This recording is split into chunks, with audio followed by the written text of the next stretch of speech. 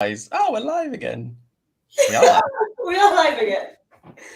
What a surprise. I'm going to check we are live. We We're are live on Facebook and Linky Dink. Nice. Because why not? Why not do both? I had to do it on StreamYard again because my Zoom just doesn't. It's not happy. Zoom's not your friend right now. It's not happy streaming places. Oh, we are live. Cool. But we're happy streaming places. Exactly. You're So very close to the camera. Have you zoomed me in? Why are you all zoomed in? I'm not. You want to look how close you are to the camera like a giant. It's just, hang on a minute. I don't think it's I'm giant.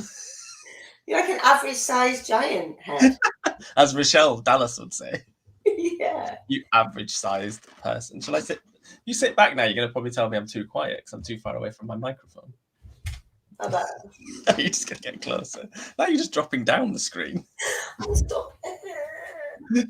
Oh, too tired to be doing this. Anyway. Tired. And that was the overall, like, in the car taking Kate to college, and she's not well. And she's like, I was like, how you do anything is how you do everything. Just throw yourself into the day. Your thoughts create your reality. If you go with a positive mindset, think of all the things you'll be learning, the people you might meet. She was like, let me out of the car. And then I came home and lay on the sofa like, I'm so tired. I'm so tired. With your phone like taped to your face like that. Yeah. Positive mindset. I was like to Kate, I was like, Katie, you do know your thoughts create your reality. Our eyes are still stuck together. Like, she's like, just let me out of the car. Do as I say, not as I do. Yeah. I say that to my kids all the time. To be honest, I think I say that to most people. Like, the other day in the LinkedIn Mastermind said to me, I can't remember what it was. We were talking about the headline, I think, and they were like, yeah, but I've just looked at your headline. You're like, whoa, hang on a minute. I'm here to help you. Yeah.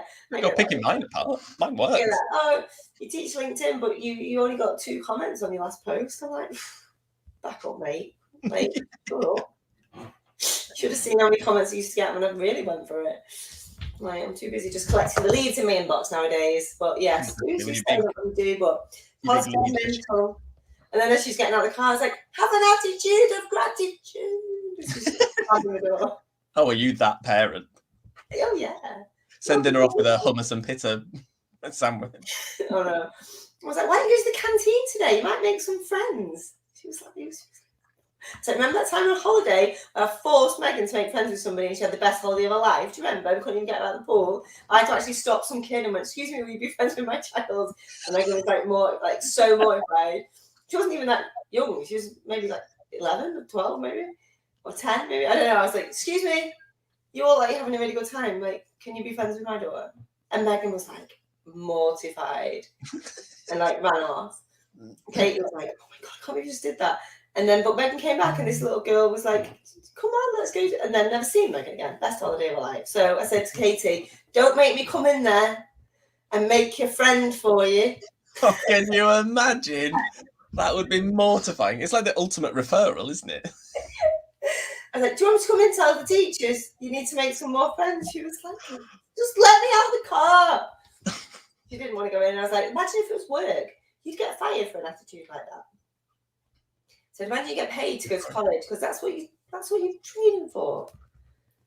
So what are you doing today? She went, blow drying hair like I do every day, Mum. That's all we do. It's hairdressing in college. Okay, love you. Bye.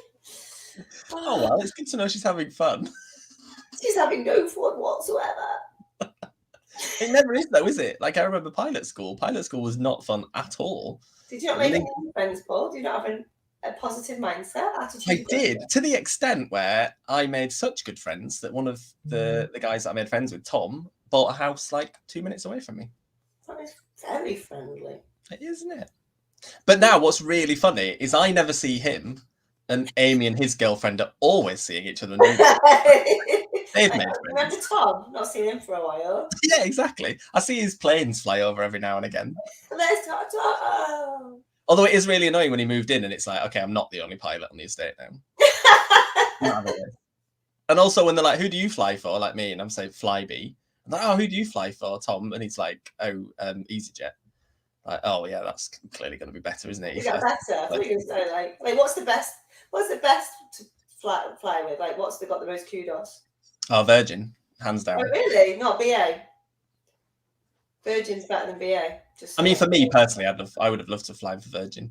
And Virgin had just bought Flybe when Flybe collapsed. So Flybe were going to become Virgin Connect. We were going to become like a regional version of Virgin. It was going to be so cool. Like you would have been able to do Manchester to Heathrow with Virgin Atlantic. Like it would have been amazing. I love. And then COVID fucked everything up. COVID. But now I'm here doing this. So. Living your best life, Paul Green, not commuting, not working hours in the sky. No, not sleeping. Now you're just working 27 hours a day. Exactly. That's way better. We had that on the conversation that we were talking about before we went live. They said, this couple are working 16-hour days. I thought, is that it? 16-hour days? Wimps. Yeah. He's a surgeon and I was like, well, I'm holding space for thousands of entrepreneurs and I'm working all the time. Now I'm in the middle of a launch and I'm doing this and I'm doing that. I've got Paul's webinar tomorrow. I'm grafting. All right, I'm not saving lives. You are though, sometimes. Changing. What do you think about some of the people? Yeah, changing lives. What do you think about some of the people we get to work with? Yeah. The amount of people I've spoken to this week who are signing up to the LinkedIn Mastermind, and for them, this is the last chance. This is their last roll of the dice. Yeah. But we can help them, right? We scoop them up and we bring them in and we look after them and they get the results. So it's all good. Exactly. In both ways. And that's the point of the webinar. Nice little segue. Nice. So let's talk about the webinar, Paul Amber. Yeah. Paul Amber. That's going to stick now, isn't it? I'm really worried that that's going to be. We can just call you Pamber for short. Oh, somebody at the door. I'm waiting for an important parcel. Sorry, I'm dressed in unstructured clothes today because it's one of those days. Well, this is what happens when you let Helen take over my feed. Helen appears on my wall. You get this, the raw breakdown. There you go. I'm just on Thanks. Come on, baby. I've got like a live unboxing then of your very special parcel. I know what it is. You said ring me when it arrives. Ooh, that's quite exciting. So, yeah, webinar today at 1:00. We've already hit our targets, so we're just looking to get more and more people that we can help because that's fundamentally what we want to do. To get this, Helen, I've been telling people that I genuinely think this is the ultimate business transformation because everybody gets the stuff, right? They get the knowledge that they need to learn, they get the tactics, they get the techniques, they get all this stuff. They wander around the internet collecting all these bits that they need. You know, they need to learn to do bookkeeping, so they go on the bookkeeping course. They need to learn to do the website, they go on the website course. They need to learn whatever else, they go on YouTube, they find it, whatever. But people don't do the work. And that's why I genuinely think this is the ultimate business transformation, because this is getting them to do the work. You can have all the stuff in the world, but if you don't do anything with it, you're never going to get results. So the transformation is in the work, is in doing the work. The transformation won't happen unless you do the work. Exactly. So that's a big promise, Paul Green. So how are you going to transform the way people do the work at 1:00 today in 1 hour? In 1 hour, I know, right? As always, this is the first step on a very long ladder. People don't intentionally not do the work. Like people don't wake up on a morning and go, do you know what, today I'm just not going to do it. Like, yeah, I don't want to do that today. Exactly. I'm just going to spend money.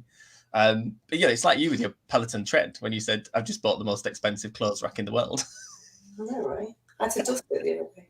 I'm joking, I didn't dust it. Kate dusted it. But you didn't buy that going, I'm just going to buy this and never use it. Like, in your head at that moment, you're like, I'm going to do something with this. Yeah. You know, that's how we work when we buy stuff, when we buy courses, when we buy programs. We think short-term excitement, right? Yeah, and it's all the kind of problem I think we have with it, and to a certain extent, we're potentially guilty of this. Like, because we talk about these transformations and we sell these transformations, like everybody wants the transformation. Everybody wants this amazing thing that's on offer. And then when they realize they've actually got to work for it, it's not quite so appealing anymore. Yeah. But you can have that transformation. Like the transformations are not, nobody's lying to you about that. They do genuinely offer you that. Yeah, they But you do. have to do the work. Apart from the bad people on the internet, theirs don't work. But the majority, it's good stuff. And the reason you bought it is because you want the thing that they're promising, right? Yeah, absolutely. And a lot of the time, the reason you're not doing the work is because there's something kind of deep down that's stopping you from doing it. What? It's not, What would you say? What would you say is the top 3 things that stop people doing the work? more often than not, it's people don't want to show up in a certain way. They have a bad perception of how they're going to show up. Like in their head, they're always thinking, "Oh yeah, but if I do this, what's X, Y, or Z gonna say about me?" That's always a massive, massive, massive block. Yeah. I think the actual. Number 1, what will people do, say, or think? Yeah, absolutely.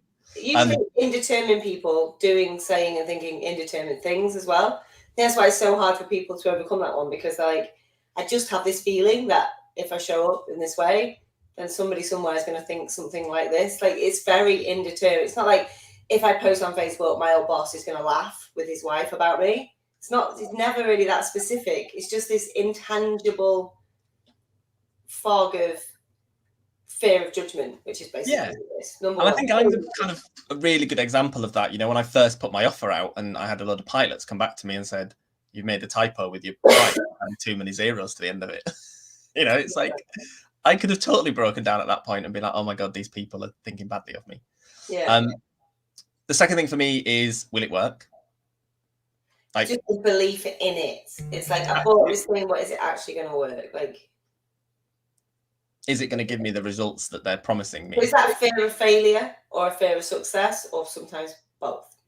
Absolutely. And I think, again, you have to go deep. You know, for me, I was brought up with always think the worst. Like, think the worst of every situation and it can only get better.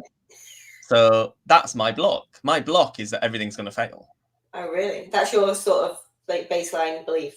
Yeah, because that's how I was brought up. Think the worst of everything. Think the worst of everyone. I was going to say, it will always. Give me an example for little Paul growing up. What was one thing where you were told, like, think the worst of everyone and everything? So for me, one of the things I was always taught was that nobody does anything for free. Everybody always does something because they want something. Everyone's got an evil agenda.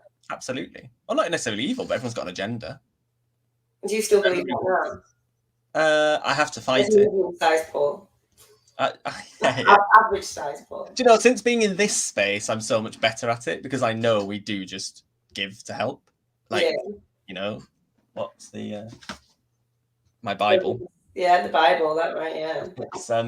It's you give because you want to give. And now I'm so much better at that. I mean, we had this conversation the other day when you asked me what I was going to buy myself. I was like, nothing. I'm going to buy everybody else stuff. Because that's I've now gone the other way. I'm like the over deliverer. Yeah. As you would say. It's a balance, right? Yeah. Yeah. Everybody's got an agenda. That's a big belief, right? If you believe that. I mean, I've had that. So when I first started having success and posting about it, obviously it triggers people, right?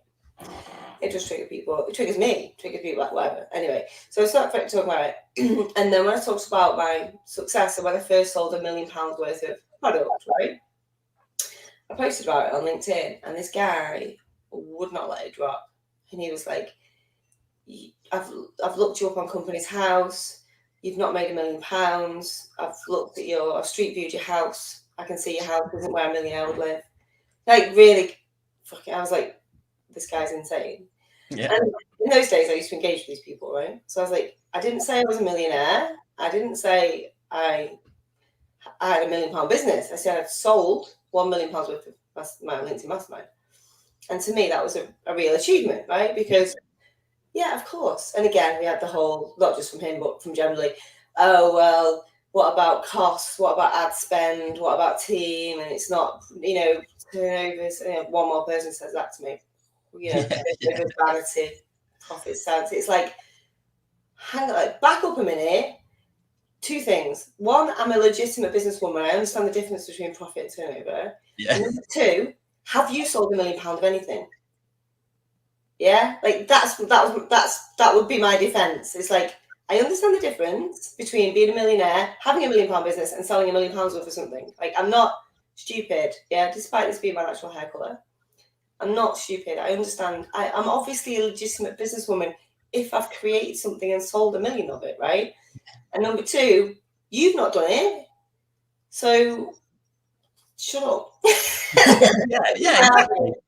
Which make people even more. It's like, well, just because I'm not selling money, I'm so happy doing this. I'm not interested in money. Well, you care about money. It's like, no, I'm celebrating my success, and you're being weird about it. Anyway, this guy, we got into a DM conversation because I was like, "Are you okay?"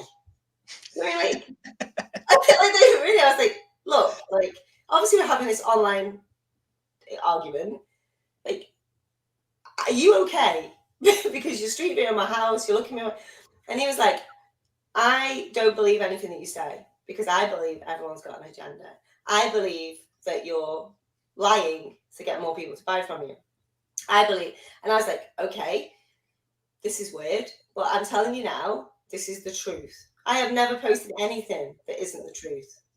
Yeah, it's just not my style. I've definitely focused on the positives. I've not told everyone everything that's ever happened that's negative. And like, I don't go, oh my God, we're having a cash flow crisis. Like, it's just, but it doesn't mean I've not got integrity, right? But I do celebrate my success. But then I was like, are you okay though?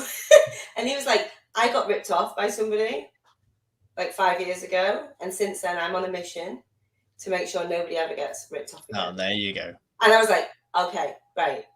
Now we're there. Like, I get it. And I'm really sorry that happened to you. And in fact, if you actually knew me and you followed me and you didn't just see the red mist of my success, you'd see that actually I campaign for better practice in my industry.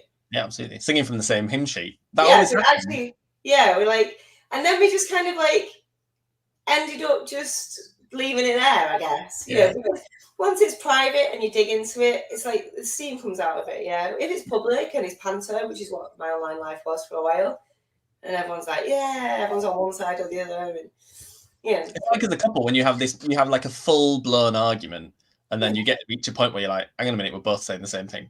Yeah, and we're not going to split up over it. So let's go on we're fighting over the same thing. Yeah, it's like we're basically fighting over who can punctuate this point better. I think that's what me and Michelle were doing yesterday, basically. We were like, hang on a minute, we're both saying the same thing. Yeah. Doing it in competition. Who can say it the best? So definitely fear of, and another reason why success triggers people, worries people, because they do see things like people getting a lot of hate online. I know that people say, oh, Helen posted about selling £1 million and look what happened. So I don't really want to sell £1 million worth of stuff because I don't want that to happen to me. Yeah, so exactly. She can defend herself and it's like, it's not okay for me. It's really difficult and challenging and frustrating because I was being honest. But people see that and they're like, I don't want that.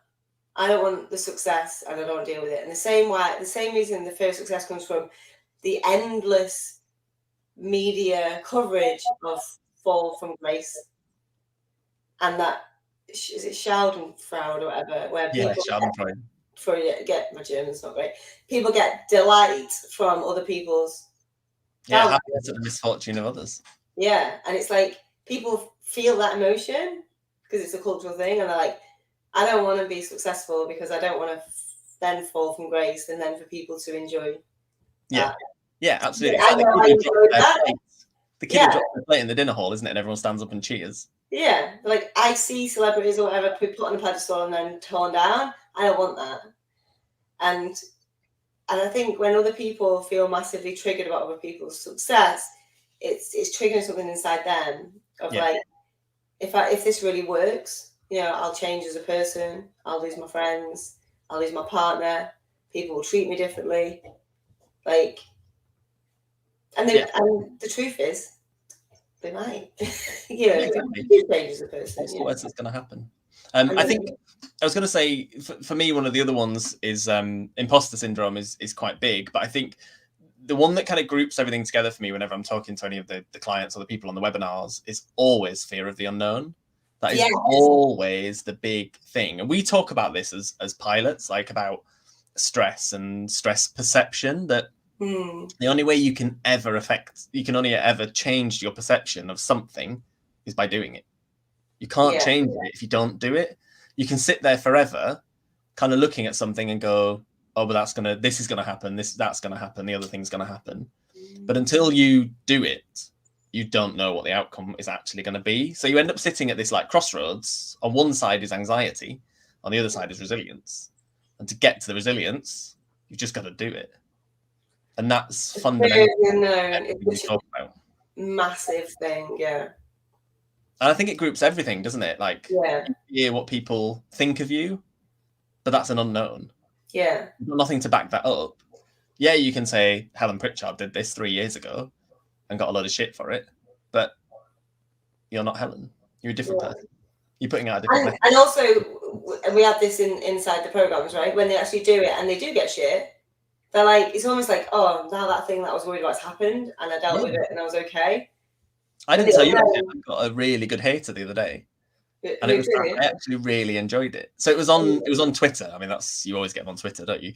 So I did a podcast with quite a big business coach, or a guy who's a business coach in America. And we were talking about me and the mentoring that I'm doing. And this person literally was like, what does a pilot know about business? Like, you know nothing. You can't talk to anybody about anything. So this is the most ridiculous podcast I've ever listened to. It was literally like blasted through it. But then I just, as you do, I didn't engage, but I looked at the guy, and it's literally like every comment on his feed is something like that. He's in trouble. He just goes out there and he just gives everyone abuse. You know, it happened to me when I was doing stuff for the NHS, when I got featured in the BBC. And one of the first things that happened was I got a tweet from somebody who said, oh, nice to see the NHS are wasting money again, hiring pilots to come in and talk about having lunch breaks, because that was something the BBC had picked up on. And I replied and said, I'm doing this training program in 3 weeks. I'd love you to come. I'll subsidize it. I'll pay for you to come, but I'd love you to just come and see what it is that we actually do. Never replied. Because they don't want that. They don't want the reply. They don't want to know. This is why that debate with that guy fizzled out, because me being a reasonable, kind, honest person does not fit with his narrative. Yeah. He's like, I'm going to go find someone else because this is not working. It's really interesting. I mean, obviously I've been in the Daily Mail and the Sun recently, and I didn't read the comments, but I can only imagine what they were like, for example. But it's funny because we were talking about this. So I'm a house in the middle of potential house buying, which has many unknowns in it, which what I think makes it so stressful. And when people put their houses up for sale, they go in the local paper. So one of the houses that we looked at is a friend of mine, and he put it in the local paper. Now his house he's putting in for £1.25 million. And he got torn apart in the comments by people who live in our hometown. Like, oh, could have done this, shouldn't have done that. Oh, this is gross. I would never want to live somewhere like that. Blah, blah, blah. It's a beautiful period of property, right? But it's like none of those people can afford that house. Yeah. Yeah. And they're just so triggered by it. And people make their most bizarre excuses for it.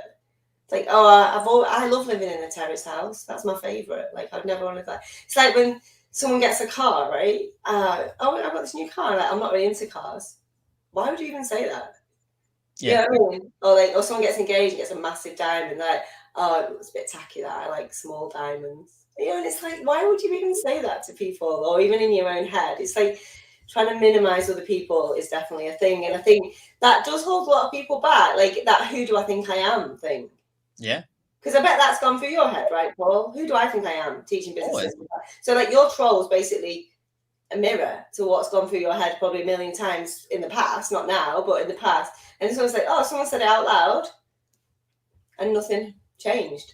Yeah, exactly. Yeah, I totally went through that. I mean, I think I've done the accelerated business program in the last year. That's been literally like gone through everything. But it's so true. Like you've just, it always comes back to those like limiting beliefs, doesn't it? You know, when you especially when you talk about money, like money mindset and that kind of stuff. That's insane. You want to look at mindset, look at Facebook ads, just go in the comments. Yeah. Be like, oh, this is ridiculous, outrageous. So let's talk a little bit about imposter syndrome, because my favourite saying is it doesn't exist. Imposter syndrome? Yeah, I'm like, it doesn't exist. It's just a collection of thoughts and emotions around a situation. It's not a disease that you can catch, basically, is what I'm trying to say. Is I know it's a good catch-all for all of this stuff, really, isn't it? Yeah. But it's not a thing. It's like people say, I have imposter syndrome. It's like you can't catch it or get vaccinated against It's like it. COVID. It's not COVID. Like maybe you should start offering the jab, the imposter syndrome jab. Yeah, grab a jab, imposter syndrome vaccinations here. And because you can get over imposter syndrome, which to me is a collection of thoughts, feelings, and emotions around a specific situation, right? Yeah, so it's perception again. It's perception, yeah. It's always perception. So for me, it's about breaking it down. So we like with flying, we talk about things come from two places. Like either your perception of what's going to happen or your perception of how it's going to make you feel. So once you can find which one of those two things it actually is, then you can start to work with it. If it's purely your perception of how it's going to make you feel, then for me, it's about looking beyond, like find things that are similar, that have put you in that kind of situation and how that's made you feel and how you can then build on it. But fundamentally, imposter syndrome is just about pushing through the other side, build the resilience to come through it. I had awful imposter syndrome. Like when I first, when I came into your first 5-day challenge, and it was like, I've no idea what I'm doing. I don't know who I am or what I'm doing. Like I'd had some really good referrals, which had, really good potential business on the back of it. But I couldn't put myself out there in the world. I couldn't talk to people about who I was or what I did because part of that came from another person again. So somebody else projecting themselves on me, that I can't go out there. I mean, it's quite funny, isn't it? When I think about it now, it was another coach telling me not to talk about being a pilot. I mean, was there some kind of threat there? Or I wish I had a niche. I wish I could go out and do that. Could I talk about that? Like, so... Yeah, a lot of coaches, when their clients become more successful, it's kind of like... Yeah. Shah Wasman says, collaborate with everybody else and compete with yourself. Yeah, she does, yeah. And that's so true. That's how it should be. Like the world is there to support you. Like I was telling someone one of my one-to-ones the other day, like if you need 12 clients a year, there are 12 clients a year out there for you. You don't need to fight for them. Yeah. It's not like you're McDonald's against Burger King. Yeah, it's not like if you get 12, someone else doesn't get 12. Like, yeah, or someone else gets 12 that you can't have them. It's like it's the same thing. And there's a lot around. Like, I don't do other people's programs. I don't have a coach. I don't have a mentor. I don't follow other people really. I mean, I've got that one-to-one with Daniel Priestley. That's a strategic thing that I bid on because I know his business model is exactly like mine, except lots more successful. So for me, that's like a strategic move of like something you need right now. Something I need right now, right, to get me to that next level. Yeah. And obviously, I mean, Char are close and we talk and stuff. So I suppose I do have mentors in that way, but I don't have an official thing. Yeah. And it's like I'm very focused on my lane and the people in my world. You know what I mean? I don't spend a lot of time looking at what other people are doing, and I think that can make a big difference as well. Because I think a lot of people, I forget what it's like at the beginning when you're looking at everyone else and you signed up to everyone else's things and you're like, oh, they said that better than I was going to say it. And I was going to say something like that. And it looks like I'm copying them or whatever. Like, I think reducing your exposure to that. Yeah, well, like think about LinkedIn as a perfect example. What was the first thing I did when I signed up to LinkedIn? Search for pilots. Yeah. Why? Yeah, exactly. Why do we do that? Why is that connected to loads of LinkedIn people? Loads. Yeah. And now I'm like, I don't want to see what everyone else is doing because I'm too busy doing my own thing, right? And I'd never want to even feel, oh, here's Michelle Dallas. Hiya. I actually read that in her voice. Yeah, just popped my booking link up on the screen. Anyway, let's talk about the webinar because we can talk about this all day. So webinar, so if people have got those feelings and emotions, so they're buying stuff, but then they're not doing what they need to do because they've got imposter syndrome, if that's the thing or not, we talked about that, but they've got fear of success, fear of failure, fear of doing the work, fear of the unknown, fear of visibility. Yeah, or you don't even know what it is. Or you don't know what it is. People, they're just not doing it, but they don't know why they're not doing it. Then sign up to the webinar. And look, there she is, right on cue, Rochelle Dallas, our hero for right now. I thought she was putting her booking link for calls. So did I. I was like, please don't put the booking link. But how are you going to fix all this in an hour? Or start So I'm going to give you a really simple 5-step process that we use in the commercial cockpit, which Rochelle Dallas is going to rename before we do this again, because she doesn't like it. And it's for you to follow along. It's going to help you dig deep to find out the root cause of these problems and ultimately how to overcome them. It is the method we use in the commercial cockpit to make life or death decisions, and we can do it in a matter of minutes. And once I've taught you this and you get it on autopilot, you'll be able to solve all your problems in a matter of minutes. Too good to be true, right? It is the ultimate business transformation. And it's coming at you at 1 p.m. today. Loud. loud and slightly tired. Loud and slightly tired. We're going to be digging deep because it's been a very busy week, month, year. Absolutely. And as always, ask me anything. It's my favorite. It's always my favorite bit, although we didn't get any questions last time. So any questions you've always wanted to know about being a pilot, flying, the aviation industry, all that kind of stuff, no holds barred. Ask me anything. It's worth it just for that, right? Yeah, ask him out to all ears. Oh, right, I have to go. That was Rochelle's question yesterday. My mouse isn't working. Oh no, I'll hang up. You have to hang up. Sorry. Yeah. Thanks as always, Helen Pritchard. I will see you and everyone who's watching at 1 o'clock. Thanks, guys. Bye.